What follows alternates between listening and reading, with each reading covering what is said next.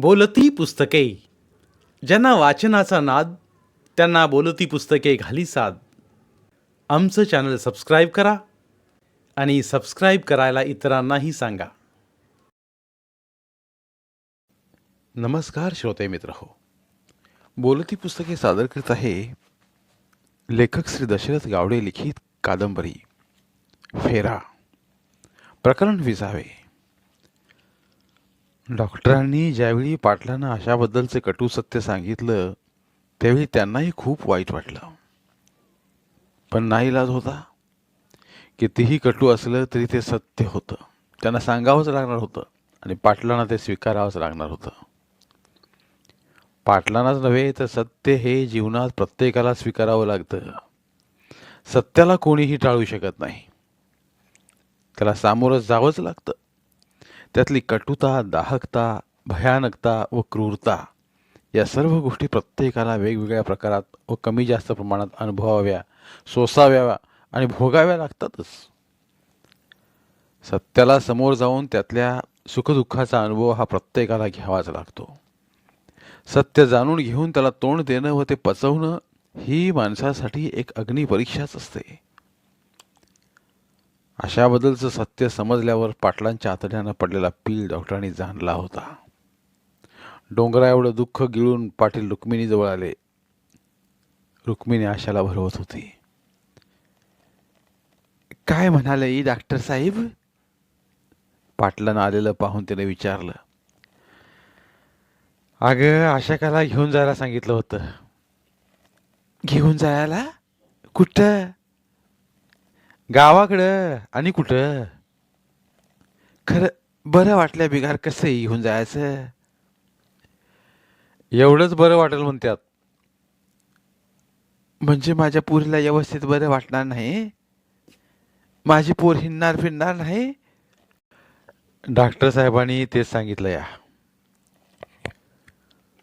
रुक्मिणीच्या पोटात भीतीने खड्डा पडला. तिच्या अंगावर क्षणात काटा उभा राहिला. लेकीच्या भविष्याच्या भीतीने तिच्या शरीरातला रक्ताचा कण थरथरला. काळीज फाटलं. दोन्ही हातांनी तिचं स्वतःचं डोकं गच्च पकडलं व मनातलं दुःख बेंबीच्या देठापासून टाहो फोडत गलबलून बाहेर आलं. अरे माझ्या कर्मा, काय झालं म्हणायचं हे?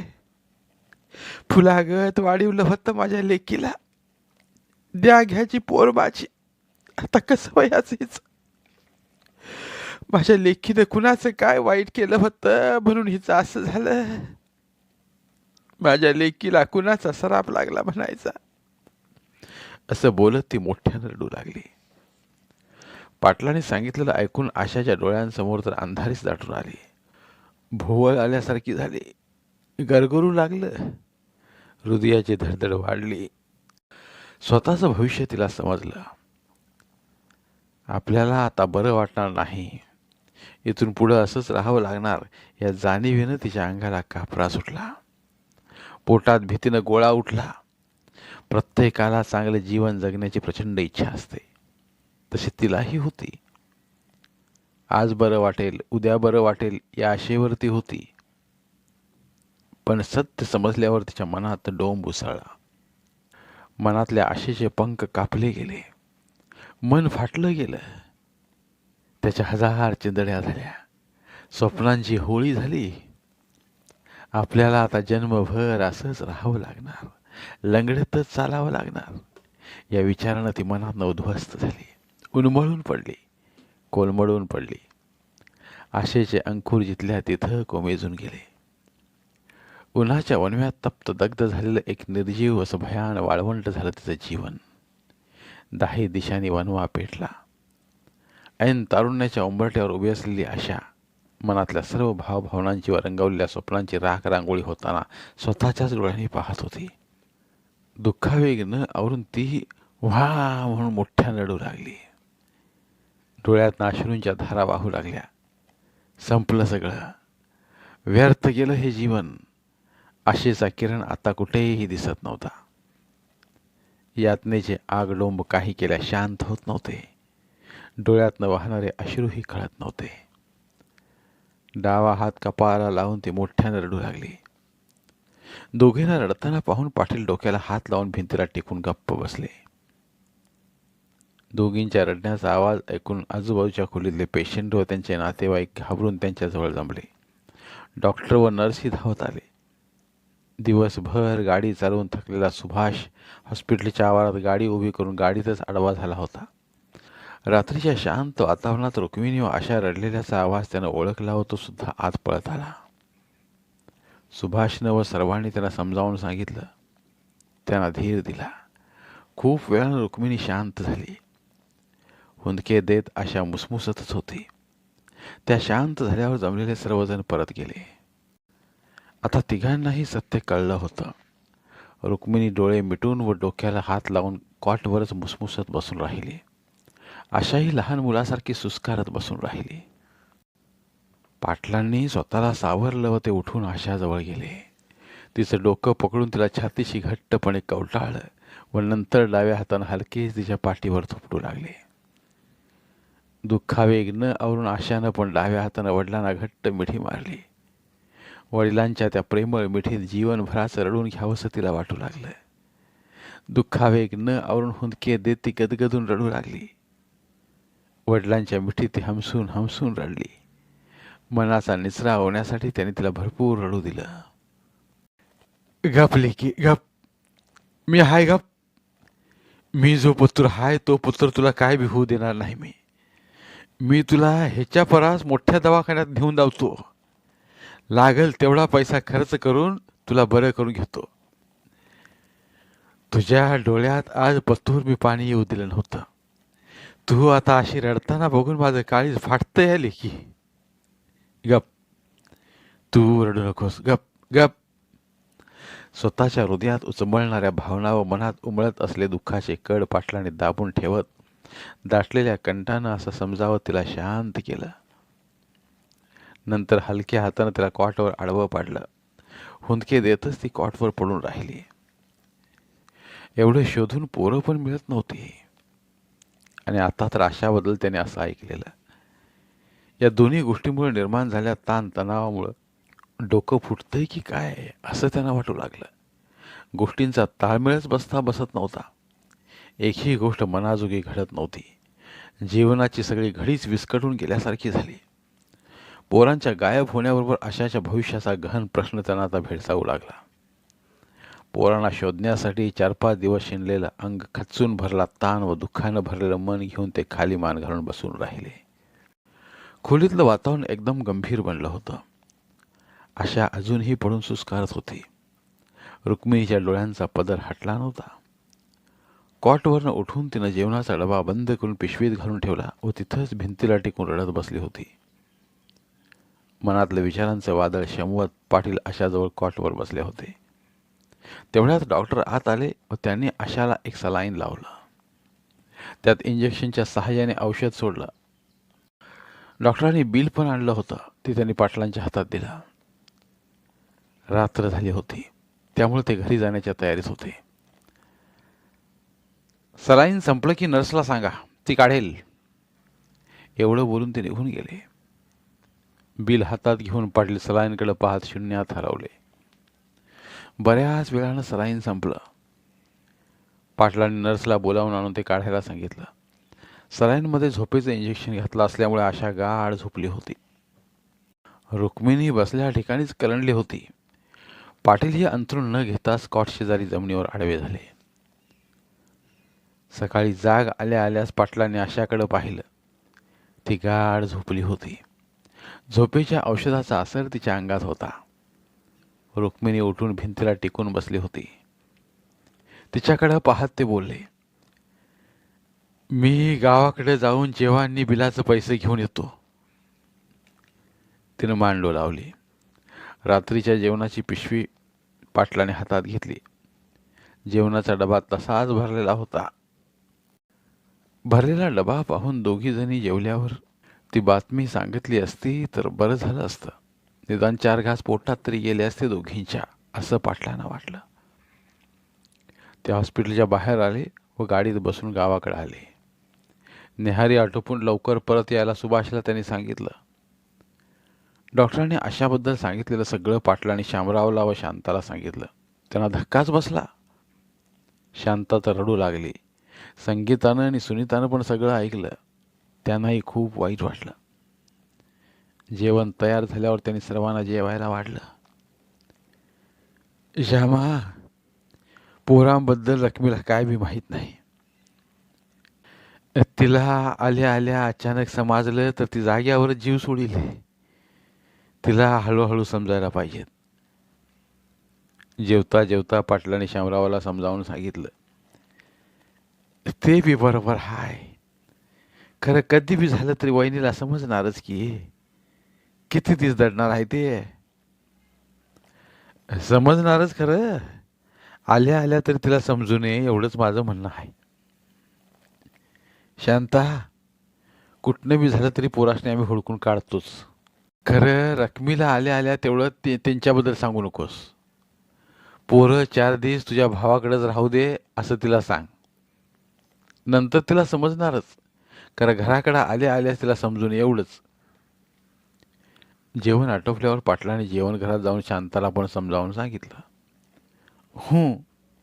शांता रडतच असं म्हटलं. सुभाष येऊन चिंचेच्या झाडाखाली थांबला होता. पाटलाने आपल्या घराचा कुलूप काढून घरात ठेवलेले पैसे खिशात घातले. नंतर ते व शामराव जेवणाचा डबा घेऊन गाडीत बसले. हॉस्पिटलमध्ये पोचल्यावर शामरावला पाहून रुक्मिणी व आशा रडू लागल्या. आम्ही तुला ह्याच्या परास मोठ्या दवाखान्यात नेतो, गपली की. काय बी करून तुला बरं करून घेणारच. जेवणाचा डबा खाली ठेवून शामराव आशाच्या डोक्यावरनं प्रेमानं हात फिरवत असं बोलला व तिला धीर दिला.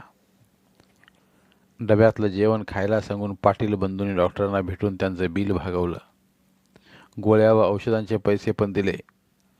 गोळ्या औषधं कशी घ्यायची ते डॉक्टरांनी समजावून सांगितलं. तळाला 3 पाय असलेली एक काठी होती. त्या काठीच्या आधारानं चालण्याचा सराव करायचा असं डॉक्टरांनी सांगितलं. रुक्मिणीनं आशाला थोडं भरवलं. स्वतःही थोडं खाल्लं. दोघांनी मिळून गावाकडून आणलेलं सर्व साहित्य एका मोठ्या पिशवीत भरून गाडीत नेऊन ठेवलं. आधाराची काठी आशाच्या हातात दिली. शामरावच्या व काठीच्या आधारानं कशी तरी ती गाडीपर्यंत आली. नंतर शामरावनं उचलून तिला गाडीत बसवलं. आणखी काही राहिलं आहे का ते पाहून रुक्मिणी अश्रू गाळतच गाडीत येऊन बसली. जड मनानं सर्वजण गाडीत बसले. कोणी काहीच बोललं नाही. गाडी चालू झाली. गाडी गावच्या रस्त्याला लागून भरधाव धावू लागली. गडहिंग्लज सोडल्या सोडल्यास नेहमी तुडुंब भरलेली, कोणत्याही प्रकारचा खळखळाट न करता संत वाहणारी हिरण्यमाई, हिरण्यकेशी जीवनदायिनी लागली. सुभाषची गाडी रोज या नदीवर बांधल्या पुलावरनं ये जा करायची. पाटलानं रोज तिचं दर्शन घडायचं. तिच्या चहूबाजूला असली हिरवीगार वनश्री व हिरवेगार मळे दळे रोज पाहायला मिळायचे. पण आशाबद्दलच्या समजलेल्या त्या कटू सत्यानं मनात निर्माण झालेल्या अतीव दुःखामुळं आणि जीव घेण्यात ताण तणावामुळं ते सगळंच त्यांना एखाद्या वृक्ष वाळवंटाप्रमाणे ओसाड उघडं बोळकं वाटू लागलं. पाठीमागं पडणारी माणसं, झाडं, गाव यांचं त्यांना काहीच वाटत नव्हतं. आशाला आणायला गेलेत ही बातमी सर्व गल्लीभर पसरली होती. तिला पाहायला भावकीतली आणि गल्लीतली बरीच बायका माणसं येऊन त्यांच्या घराजवळ थांबली होती. कोणी बी पोरांचा विषय काढायचा नाही असं सर्व सहकाऱ्यांनी जमलेल्या सगळ्यांना अगोदरच सांगितलं होतं. गाडी घरासमोर येऊन थांबल्यावर महादेवानं व श्रीपतीनं गाडीतलं सर्व सामान घरात आणून ठेवलं. रुक्मिणीनं गाडीतनं उतरल्या उतरल्या शांताला मिठी मारली व ती रडू लागली. शांता पण तिला मिठी मारून रडू लागली. जमल्या सर्व बायकांनी त्यांना शांत केलं. शामरावानं आशाला उचलून गाडीतनं खाली उतरवलं. दुःख व निराशा हा एकच भाव तिच्या चेहऱ्यावर होता. सर्वांकडे पाहून तिला भडबडून आलं. ती रडू लागली. आशाला आणणार आहेत म्हणून संगीता व सुनीता शेताकडे गेल्या नव्हत्या. तिला पाहून त्यांच्या हृदयात गलबलून आलं. सुमनला तर रडूच कोसळलं. रडतच जाऊन तिनं तिला मिठी मारली. बरोबर 8व्या दिवशी ती घरी परतली होती. इतक्या दिवसात तिच्या अंगावरचं सगळं मांस झळून गेलं होतं. डोळे आत उडून गेले होते. चेहरा पांढरा फटक पडला होता. चेहऱ्यावरचं तेज उडून गेलं होतं. तिचं सगळं रूपच पालटून गेलं होतं. सुमनच्या आधारानं काठी टेकत तिला चालताना पाहून जमलेल्या बाया बापड्या चुकचुकू लागल्या. लोंबणारा हात नि जमिनीलगत घासत येणारा पाय पाहून तर त्यातल्या काही जणी डोळ्यांना पदर लावला. तिची दुर्दशा लोकांना पाहवत नव्हती. पोरगी पहिली कशी होती आणि आत्ता ती कशी झाली या विचारानं सगळेजण सुन्न झाले. सुमननं तिला सावरत घरात नेलं व खुर्चीत बसवलं. सुमनकडं पाहून तिला हुंदक्यावर हुंदके फुटू लागले. सुमन तिच्या गळ्यात पडून पाठीवर हात फिरवत तिला शांत करू लागली.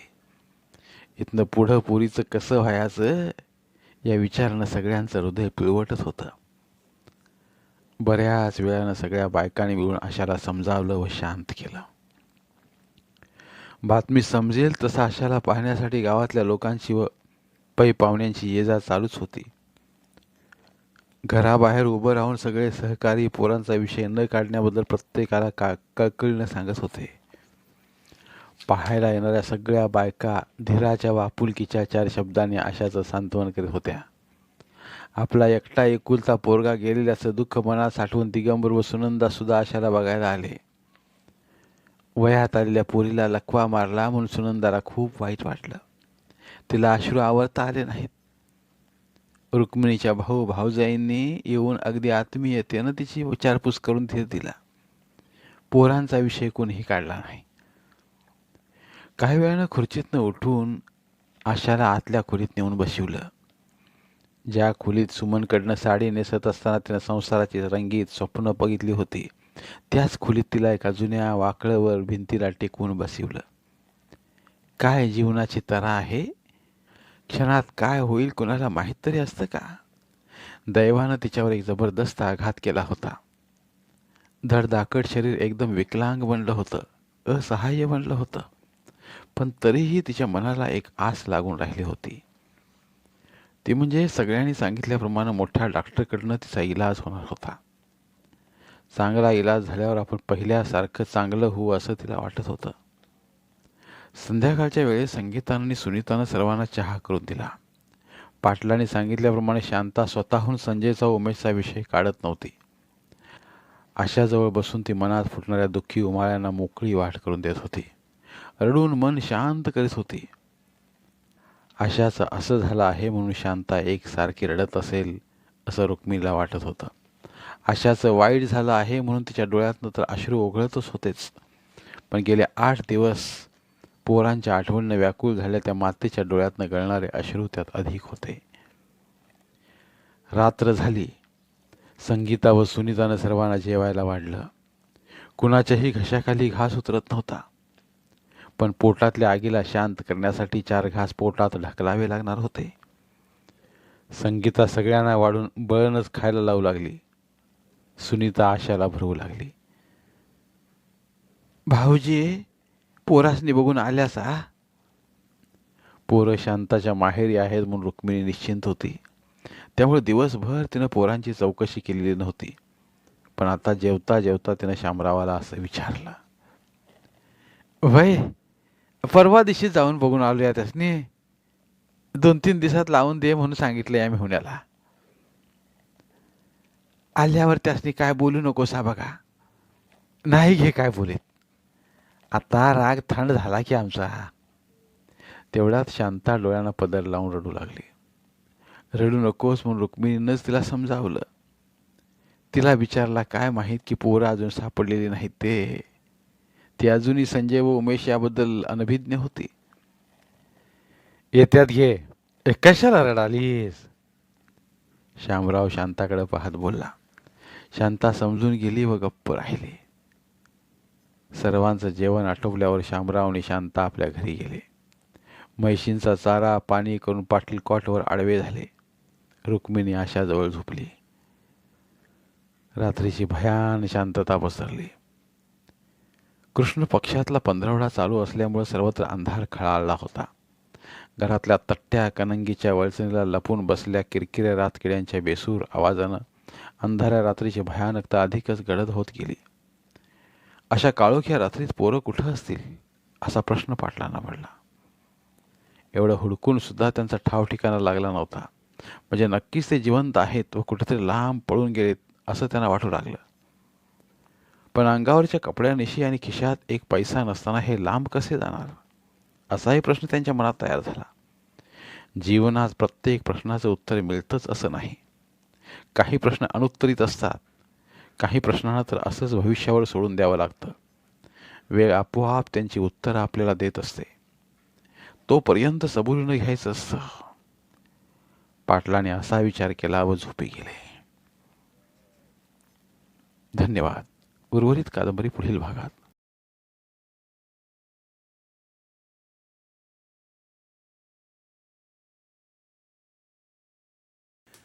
धन्यवाद. प्रिय श्रोते मित्र हो, आपल्यासाठी एक आवाहन. आमच्या चॅनलच्या प्लेलिस्ट विभागात तुमच्यासाठी शेकडो कादंबऱ्यांचे ऑडिओ बुक्स उपलब्ध आहेत. तिथे प्रत्येक कादंबरीचे सर्व भाग एकत्रित मिळतील. त्यामुळे सध्या सुरू असलेल्या क्रमशः कादंबरीच्या पुढील भागासाठी वाट पाहण्याची गरज नाही. तुमच्या वेळेनुसार तुम्ही संपूर्ण कादंबरी सलगपणे ऐकू शकतात आणि साहित्याचा आस्वाद घेऊ शकता. कृपया आमच्या चॅनलच्या होमपेजवर जाऊन प्लेलिस्ट चेक करा आणि तुमची आवडती कादंबरी निवडा. धन्यवाद.